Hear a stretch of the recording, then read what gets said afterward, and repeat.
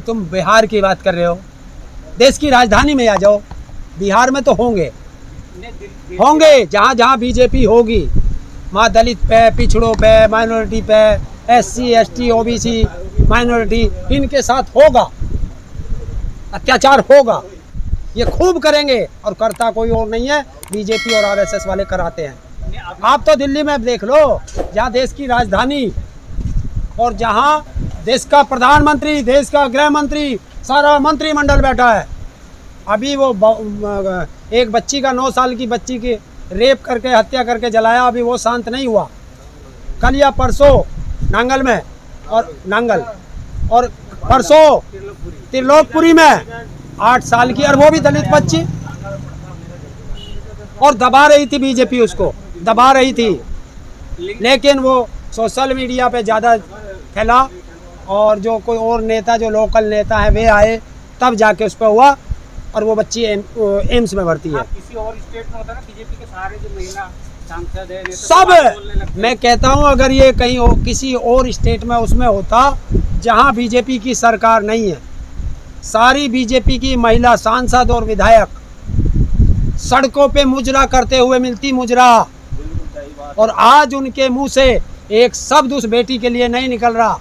तुम ये वही हाल हुआ तो, अरे वर्तमान की बात क्या करो ना, भविष्य का तुझे पता ना मुझे पता। लेकिन तो हो रहा है ना, और अगर हुआ तो नहीं हो रहा है, मतलब जो आप बोल रहे हैं यहाँ पे, अरे वही काम ये बंगाल में करना चाहते थे, और आप भी कहते थे बंगाल से समझता हूँ, यूपी को भी और बिहार को भी। हाँ, बंगाल बहुत अलग चीज है यूपी बिहार के मामले में। क्यों? वो अमेरिका में है बंगाल? नहीं, वो अलग है। कैसे? वहाँ जातिवाद नहीं है। क्यों नहीं है? वहाँ जातिवाद खूब है, कम है। लेकिन वो करते नहीं है, भाईचारा ज्यादा है। और यूपी में बहुत भाईचारा था, यही लोगों ने बिगाड़ा है जब से ये आए हैं। बिगाड़ना उनको तो गलती किसकी है? बिगाड़ने वाले की ना, बिगाड़ने वाले की है ना। कॉमन सेंस उसके पास नहीं है क्या? अरे अब बिगाड़ने वाले क्या? तो यार गलती एक बार हम लोग कर चुके हैं ना, सब लोग हम लोग कर चुके हैं। 3 बार, एक बार देखिए जहर हम पी चुके हैं, बार बार जहर नहीं पिएंगे। तो अब पता चल गया ना, उत्तर प्रदेश की क्या भारत की जनता को भी पता चल गया कि ये हिंदू मुस्लिम कराते हैं, और हिंदू मुस्लिम में मरता कौन है? या तो हम मरेंगे, या ये भाई मरेंगे, या वो भाई मरेंगे। कोई नेता मरता है क्या नेता का बेटा मरता है क्या? वो लंदन में पढ़ता है। हाँ, यही तो फर्क है कि अब लोग समझने लगे हैं। और इसी पे मैं कहता हूँ, देखिए RSS की एक सोच है, मैं फिर वही शब्द, RSS की सोच है कि अगर आप लोग पढ़ लिख लिए तो आप इनसे सवाल करोगे। ये चाहते हैं कि देश की 10% जनसंख्या जो उद्योगपतियों की है, उनके हाथ में सारी सत्ता रहे, और 90% सिर्फ वो रहे जी हजूरी करने वाली।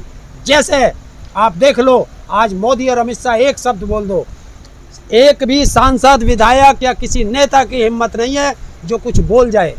अभी ये कहते हैं कि हमने इतने SC मंत्री बनाए, इतने OBC मंत्री बनाए, इतने वे बनाए। किसके लिए बनाए? जी हजूरी कराने के लिए? क्या बोला बता? बीजेपी में कितने दलित मंत्री बनाए? आज कौन बोला उस दलित बेटी के लिए? बोला कोई सा? बताइए बोला?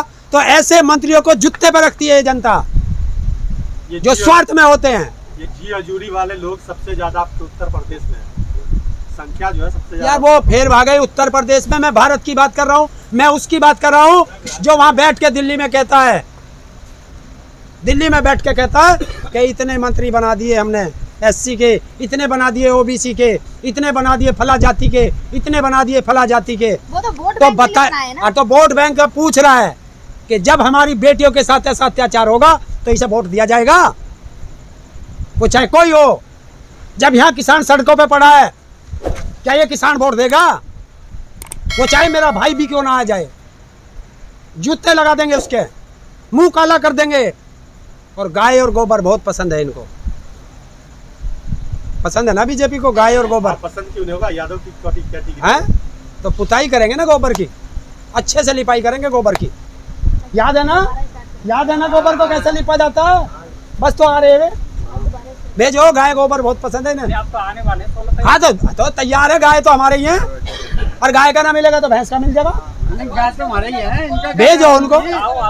वरदान हमारा कुछ नहीं बिगड़ेगा, देश की जनता मर जाएगी, ये देश बर्बाद हो जाएगा, और तुम्हारी आने वाली नस्लें खराब हो जाएंगी, और तुम्हारे आने वाली नस्लें जी हजूरी, अडानी, अंबानी जैसे उद्योगपतियों के यहाँ 5-5 हज़ार में नौकरी करेंगी। अगर जिंदा रहना है, नस्ल और फसल बचानी है, आन बान शान सम्मान बचाना है, तो आंदोलन करना पड़ेगा, बीजेपी को भगाना पड़ेगा। अगर मोदी जी को जानना है तो जसोदा बहन को पढ़ो, मोदी जी को समझना है तो गोदरा पढ़ो, मोदी जी को समझना है तो फिर जसोदा बहन को पढ़ो, और मोदी जी को समझना है तो इसकी माँ को पढ़ो। पता चल जाएगा कि जो अपनी माँ को अपने साथ नहीं रख सकता, जो अपनी पत्नी को अपने साथ नहीं रखता, वो तुम्हारी भी छुड़वा देगा, ये ध्यान रख ले। नहीं वो आ नहीं रही ना उनके, कौन? हाँ तो और भी तो उनके बेटे मतलब भाई है वो दीजिए, कौन है? उनके साथ रह रहे हैं उनके, क्यों रह रही है? तुम गए थे पता करने? नहीं गाँव- ने बहुत पता सारे करने लोग गए? होते हैं ना गाँव पे, जो गाँव में रहना चाहते हैं, पता करने गए? एक बार आई भी क्या हर आदमी झोड़ में ही लौटना चाहता है? वो सोचता है गंगा जी में भी जाऊं एक बार, चाहता है? आई तो थी। कहाँ? कितनी देर को? सिर्फ मीडिया में फुटेज दिखाने के लिए, 1 घंटे के लिए आई तो हैं?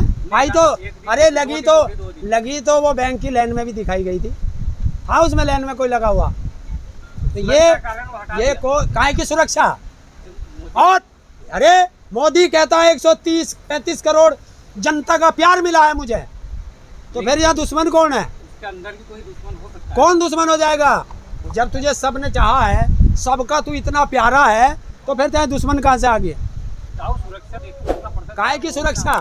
प्रधानमंत्री है वो, राष्ट्रपति है वो, प्रधानमंत्री की तो माँ तो है ना, तो घरवाली भी तो है, वोट और भैया भी तो हैं, उन्हें भी सुरक्षा दे रखी दिया है। हुआ है। क्या दिया होगा, ऐसा नहीं क्या? दिया होगा उनको। देख के आ एक बार, अहमदाबाद जा, इसके घर हो के आ, और वो स्टेशन भी देख के आ कि जिस पे इसने चाय बेची। वो तो म्यूजियम बना दिया गया है ना। सुनो, और वहाँ जाके पता करना म्यूजियम बन कि गया। इसने रियलिटी में चाय बेची है या पान बेचता था, क्योंकि चुनना बहुत लगाता है ये। रेलवे स्टेशन म्यूजियम बन गया। जाओ। जहाँ चाय बेचते थे वो तो म्यूजियम बन गया, लोग उसे देखने जा रहे हैं। हाँ, कहाँ? स्टेशन पे। बड़नगर।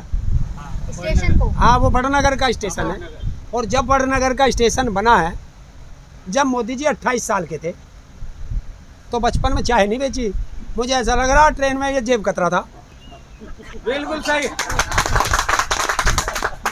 हमने चाय बेची, फोटो देखा, मतलब चाय बेचते हुए केटली वेटली देखा कि उनकी मूवी भी बन रही है, अब तो तुम किसी के बना लो। मतलब स्टोरी है ना, चावल बना रहा है मान।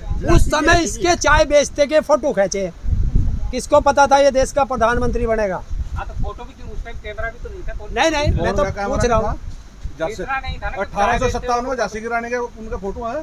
फोटो थे, लेकिन नहीं, मोदी जी मैं- 1857 से बाद में पैदा है तो तब मोदी पीएम नहीं थे ना, तो बच्चा को चाय बेच रहा, आप कितने का फोटो खींच रहे? और कितने बच्चों का खिंचा वहाँ? क्या ये उस पूरे वड़नगर में अकेला बेचने वाला था? किसी और का दिखाओ। कोई चाय पीने वाला भी तो होगा इसकी, कोई है या नहीं है? देश में है कोई? होंगे। अच्छा, तू तेरी सुनो, आज मैं तेरे चैनल पे कहता हूँ कि पूरे हिंदुस्तान में भाई कोई इसके साथ किसी ने इसके हाथ की चाय पी हो, हमें भी मिलवा देना। किसी ने चाय बेची हो, बेचते हुए देखा हो, और किसी के साथ यो यूनिवर्सिटी में, हाई स्कूल में, इंटर में जितने इन्हें सर्टिफिकेट बताए, कोई इसके साथ क्लास फेलो रहा हो या कोई इसका टीचर रहा हो, प्रोफेसर रहा हो, कृपया करके मीडिया में वो एक बार जरूर आए, ताकि इस देश के सबसे बड़े झांसाराम का, आसाराम के छोटे भाई का जानकारी उजागर हो जाए।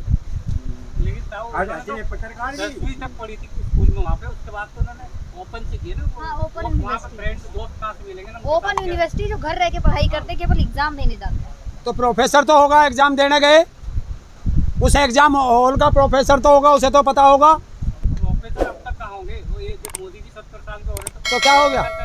अरे उस स्कूल में एग्जाम देने वाला कोई बच्चा तो होगा जो इसके साथ जिसने एग्जाम दिया होगा। ऐसे नहीं आऊँगा तुम्हारे काबू में, मैं सच्चाई जानना चाहता हूँ। सच्चाई तुम्हें भी जान रहे, हंस रहे हैं दोनों। तो सच्चाई बताए देश को। लग रही है उनके हाथ। मैं जब 25